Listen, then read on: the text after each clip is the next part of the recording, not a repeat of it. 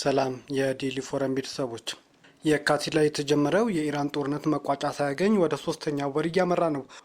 አሜሪካና ኢራን ወደ ስምምነት የመፈጸማቸው ጉዳይ እስካሁን ተጨባጭ የሚባል ሁኔታ ላይ አልደረሰም። ይህ በእንዲህ እንዳለ የኢራን መንግስት ዋና ከተማ ቴህራን ውስጥ የሚያስቀምጣቸው የፕሮፓጋንዳ ቢልቦርዶችና የግድግዳ ስዕሎች እያነጋገረ ነው። የከተማ ነዋሪዎች በአንጻሩ የሚፈጸመውን ጥቃት እንዲገታ ባደረገው ተኩስ አቁም ጥላ ስር ሆነው የዘወትር እንቅስቃሴያቸው እንደቀጠሉም ተነግሯል። የቴህራን ነዋሪዎች እንቅስቃሴም እና የጎዳና ስዕሎች የሚያሳዩ የምስሎችም በቴህራን በስፋት እየታዩ ነው። ኢራን ለአሜሪካ የስምምነት እቅድ የሰጠሁት ምላሽ ምክንያታዊ ነው እያለች ነው። የኢራን ውጭ ጉዳይ ሚኒስትር ቃል አቀባይ ቴህራን በአሜሪካ ለቀረበው የድርድር እቅድ የሰጠችው ምላሽ ምክንያታዊና እውነታ እንደሆነ በመግለጽ አሜሪካ ግን ለአንድ ወገን ያደለና ምክንያታዊ ያልሆነ አቋም ላይ ጸንታለች የሚል ክስም ቴህራን አቅርባለች።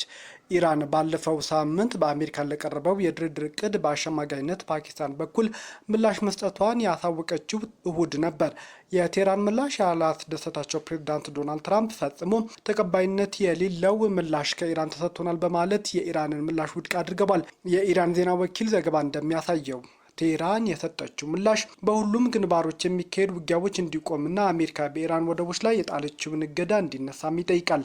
ወደፊትም ኢራን ላይ ጥቃት እንደማይፈጸም ዋስትና የመስጠት ጉዳይም ምላሽ ውስጥ ተካቷልም ተብሏል። ሰኞ ጋዜጣው መግለጫ የሰጡት የኢራን ውጭ ጉዳይ ሚኒስትር ቃል አቀባይ ኢስማኤል ባጋኢም ቴህራን ከህጋዊ መብቶቿ ውጭ የሆኑ ጥያቄዎች እንዳላቀረበች ተናግረዋል።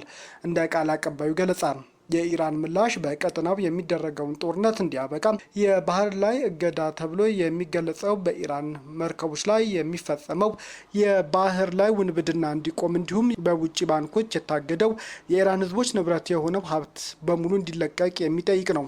ቃል አቀባዩ እንዲሁም በሆርሙዝ ወሽመጥ በኩል አስተማማኝ የባህር ጉዞ እንዲኖር ያቀረበው ሀሳብ ከመጠን ያለፈ ጥያቄ ነውን? ሊባኖስ ጨምረው በመላው ቀጠናው ሰላም እንዲሰፍን መጠየቅስ እንዴትስ ከልክ ያለፈ ጥያቄ ሆኖ ሊታይ ይችላል? በማለትም ጠይቀዋል። በእቅድ ውስጥ የተካተቱ ነጥቦች ምክንያታዊና እውነታ መሆናቸውን የተናገሩት ባጋይም በአንጻሩ ግን አሜሪካ ምክንያታዊ ያልሆኑ ጥያቄዎችን እያቀረበች ነው ሲሉም ኮንነዋል። ፓኪስታን ውስጥ በተደረገው የመጀመሪያው ዙር ድርድር ሁለቱ ሀገራት ያላስማማቸው ዋነኛ ጉዳይ የኢራን የኒውክሌር ፕሮግራም ነበር። ከዚህ ቀደም ኢራን ኒውክሌር ጉዳይ ለጊዜው ወደ ጎን ተደርጎ በቅድሚያ ጦርነቱ ማቆምና ሆርሙዝን መክፈት የተመለከተ ንግግር እንዲደረግ የሚጠይቅ እቅድ አቅርቦ የነበረ ቢሆንም አሜሪካም አልተቀበለችውም። 3 ድፍድፍ ነዳጅ የጫኑ ግዙፍ መርከቦች መከታተያቸውን በማጥፋት የሆርሙዝ ወሽመጥን ማቋረጣቸውን ሮይተርስ አስታወቀ። ባለፈው ሳምንት 3 ነዳጅ የጫኑ መርከቦች ራሳቸውን ከኢራን ጥቃት ለመከላከል የመከታተያ መሳሪያቸውን በማጥፋት ወሽመጡን ማቋረጣቸውን ሮይተርስ አረጋግጫሉ ብሏል። ሮይተርስ የመርከቦቹን እንቅስቃሴ ከሚመለከቱት ኬፕለር እና ኤልኤስኤጂ ያገኘው መረጃ ጠቅሶ እንደዘገበው 2 ግዙፍ ነዳጅ ጫኝ መርከቦች ሆርሙዝን ያቋረጡት እሁድም ነው።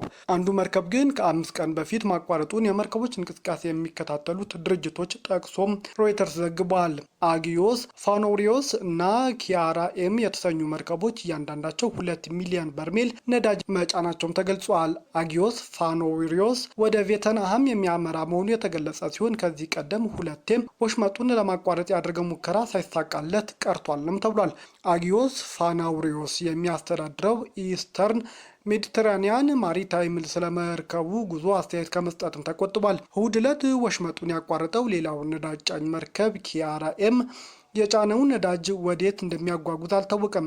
መርከቡን የሚያስተዳድረው መቀመጫውን ሻንጋይ ያደረገው ኩባንያ ሲሆን ስለ መርከቡ ሆነ ስለ ጭነቱ የቀረበለት ጥያቄ ተቋሙ መልስ ሳይሰጥ መቅረቱን ሮይተርስ ዘግቧል። ቀደም ብሎ ከአቡዳቢ ብሔራዊ የነዳጅ ኩባንያ 2 ሚሊዮን በርሜል ነዳጅ የጫነ መርከብ ግንቦት 6 የመከታተያ ሳጥኑን በማጥፋት ወሽመጡን ማቋረጡም ተነግሯል። አሜሪካና ኢራን ከ2 ወር በፊት የገቡበት ጦርነት ተከትሎ የሆርሙዝ ወሽመጥ በመዘጋቱ የነዳጅን፣ የጋዝ፣ የፔትሮሊየም፣ የፕላስቲክና የምግብ ዋጋ ዓለም ላይ ንሯል። አሁን ላይ ከ4000 የሚበልጡ ባህርተኞችና ከ1500 በላይ መርከቦች በሆርሙዝ ወሽመጥ በኩል በመዘጋቱ መስተጓጎላቸው ተነግሯል። የካቲት መጨረሻ የተጀመረው የኢራን ጦርነት በመላው ዓለም ተጽዕኖ ተሰምቷል። በአንጻሩ ጦርነቱ በረከት የሆነላቸው ኩባንያዎችና ዘርፎችም እንዳሉ ነው እየተነገረ ያለው።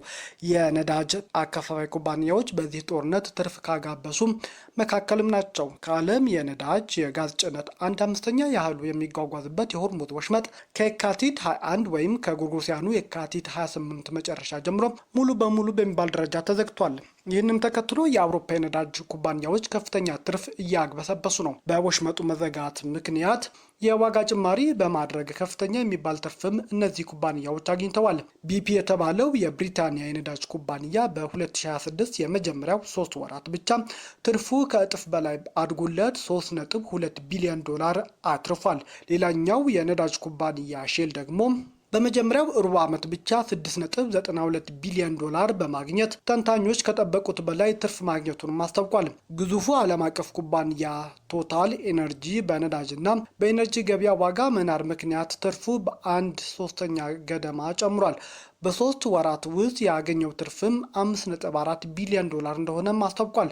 በአንጻሩ የአሜሪካ ኩባንያዎች ኤክሶን ሞቢል እና ቼቭሮን በመካከለኛው ምስራቅ የነዳጅ አቅርቦት መስተጓጎል ምክንያት ገበያቸው ካለፈው ዓመት ተመሳሳይ ጋር ሲነጻጸር ዝቅ ብሎ ቢታይም ያገኙት ትርፍ ከባለሙያዎች ግምት የበለጠም ነው። የነዳጅ ዋጋ ጦርነት ከመጀመሩ በፊት ከነበረው በእጅጉ የጨመረ ቢሆንም የሁለቱ ኩባንያዎች ትርፍ እያደገ እንደሆነም ተጠቅሷል።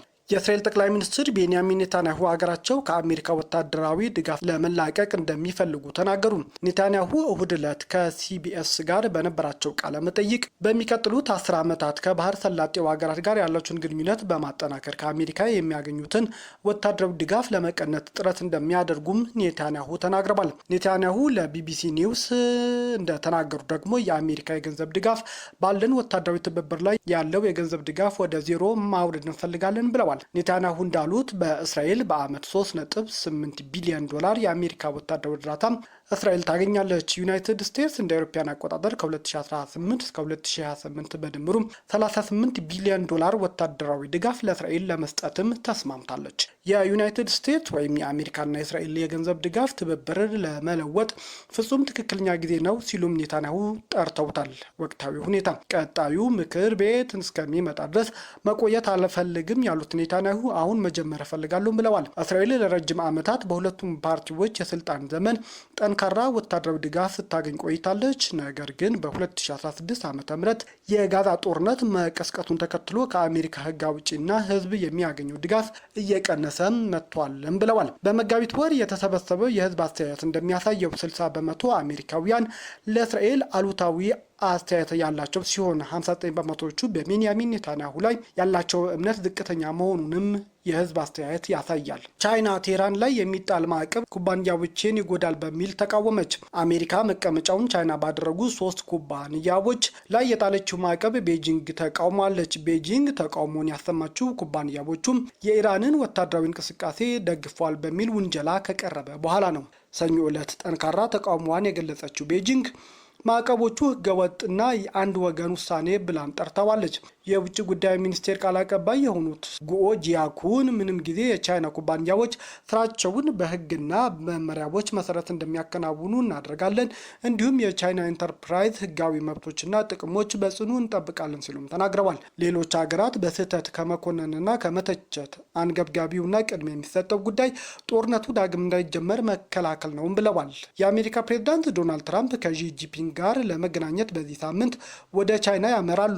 ከግንቦት 5 እስከ 7 2018 ድረስ የሚቆዩት ይህ ጉብኝት በ10 ዓመታት ውስጥ አንድ የአሜሪካን ፕሬዝዳንት ወደ ቻይና የሚያደርገው የመጀመሪያው ጉዞም ነው ተብሏል። ኢራን የአሜሪካን የሰላም እቅድ ውድቅ ካደረገች በኋላ የነዳጅ ዋጋ መጨመሩ ተነግሯል። ፕሬዝዳንት ዶናልድ ትራምፕ ኢራን ለአሜሪካ የሰላም እቅድ የሰጠችውን ምላሽ ውድቅ ካደረጉ በኋላ የነዳጅ ዋጋ በእጥፍ ጨምሯል። ቴህራን ምላሹ የሰጠችው በአደራዳሪዋ ፓኪስታን በኩል ሲሆን ግጭቱ ወዲያውኑ እንዲቆም እንዲሁም ከዚህ በኋላ ምንም አይነት ጥቃት እንደማይፈጸም ማረጋገጫ እንዲሰጣት መጠየቋን ታሲም የዜና ወኪል ዘግቧል። ሰኞ ዕለት ብሬንት ድፍድፍ ነዳጅ በእስያ ገበያ በበርሜል ለ4.1 በመቶ ጭማሪ በማሳየት 105.50 ዶላር ተሽጧል። የዓለም 20 በመቶ የነዳጅና የተፈጥሮ ጋዝ መተላለፊያ የሆነው የሆርሙዝ ወሽመጥ ከየካቲት 21 ጀምሮ በአሜሪካና በኢራን ጦርነት መካከል መዘጋቱ ይታወሳል። ጦርነቱ ከተጀመረ ጊዜ አንስቶ የዓለም ነዳጅ ዋጋ በከፍተኛ ደረጃ እየጨመረ የመጣ ሲሆን የብሬንት ድፍድፍ ነዳጅ ዋጋ በበርሜል ከ$100 በላይ እየተሸጠም ነው። የዓለም 1/5 ነዳጅ የሚተላለፍበት የሆርሙዝ ወሽመጥ ከተዘጋ በኋላ ቴህራን ለማቋረጥ የሚሞክሩ መርከቦች ላይ ጥቃት ጥቃት እንደምትፈጽም በመግለጽ አስጠንቅቃለች። ጦርነቱ ከተጀመረ ቀን አንስቶ እስከ ግንቦት ድረስ የሆርሙዝ ወሽመጥ ለማቋረጥ የሞከሩ 26 የነዳጅና ኮንቴነር ጫኝ መርከቦች ላይ ጥቃት መፈጸሙ ተገልጿል። መርከቦች ላይ ጥቃት የደረሰው በተወንጫፊዎች፣ በአነስተኛ ጀልባዎች፣ በቦምብ ሲሆን አብዛኞቹ ጥቃቶች የተፈጸሙት ከኦማን የባህር ዳርቻ ወጣ ባለ ስፍራ እንዲሁም የዩናይትድ ኤምሬትስ ፉጃይራ ወደብ አቅራቢያም ነው። ዓለም አቀፉ የባህር ላይ ትራንስፖርት ድርጅት በሆርሙዝ ወሽመጥ ከ1500 እስከ 2000 መርከቦች እንዲሁም 20,000 በላይ ባህርተኞች መንቀሳቀስ አጥተው መቆማቸውንም አንስቷል። የዓለማችን ዋና ዋና የኤነርጂ ኩባንያዎች የዓለም የነዳጅና የጋዝ ዋጋ ጭማሪ ማሳየቱን ተከትሎ ትርፋቸውን መጨመሩም ይፋ እያደረጉ ነው። አራምኮ ባለፉት 3 ወራት ያገኘው ትርፍ ከባለፈው ዓመት ተመሳሳይ ጊዜ ጋር ሲነጻጸር የ25 በመቶ ጭማሪ ትርፍ ማግኘቱን አስታውቋል። ባለፈው ወር እንዲሁም ቢፒ የመጀመሪያ 3 ወራት ትርፍ ከእጥፍ በላይ በመጨመር የገለጸ ሲሆን ሼል ደግሞ ከባለፈው ሳምንት ትርፍ ከፍ ማለቱንም ተናግሯል። ኢራን በወሽመጡ ላይ የሚሰማሩ የፈረንሳይና የብሪታንያ ባህር ኃይሎችን አስጠነቀቀች።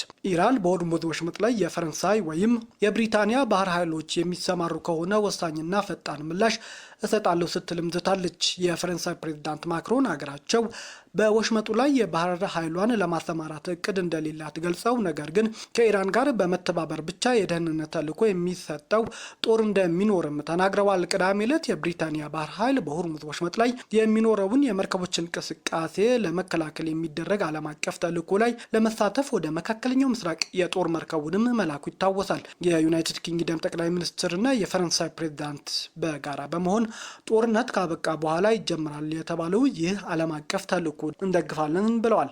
ሰኞ ዕለት ከ40 በላይ ሀገራት የሚወጣጡ የመከላከያ ሚኒስትሮች በዩኬ የበላይነት የሚመራውና በወሽመጡ ላይ የሚደረግ የመርከቦች እንቅስቃሴ የመከላከል ዘመቻ እቅድ ላይ ተገኝተው ይወያያሉም ተብሎ ይጠበቃል። ቴህራን የ1/5 የነዳጅ ዘይትና የተፈጥሮ ጋዝ በሚጓጓዙበት መስመር አሜሪካና እስራኤል ጦርነት ከከፈቱ ጊዜ ጀምሮ ዘግተዋለች። የኢራን ጦር ቃል አቀባይ መሐመድ አክራሚኒያም በሆርሙዝ ወሽመጥ በኩል የሚያልፍ መርከቦች ከቴህራን ጋር በቅድሚያ የማይተባበር ከሆነም ከባድ እርምጃ እንደሚወሰድበት በተደጋጋሚ እያስጠነቀቀች ነው።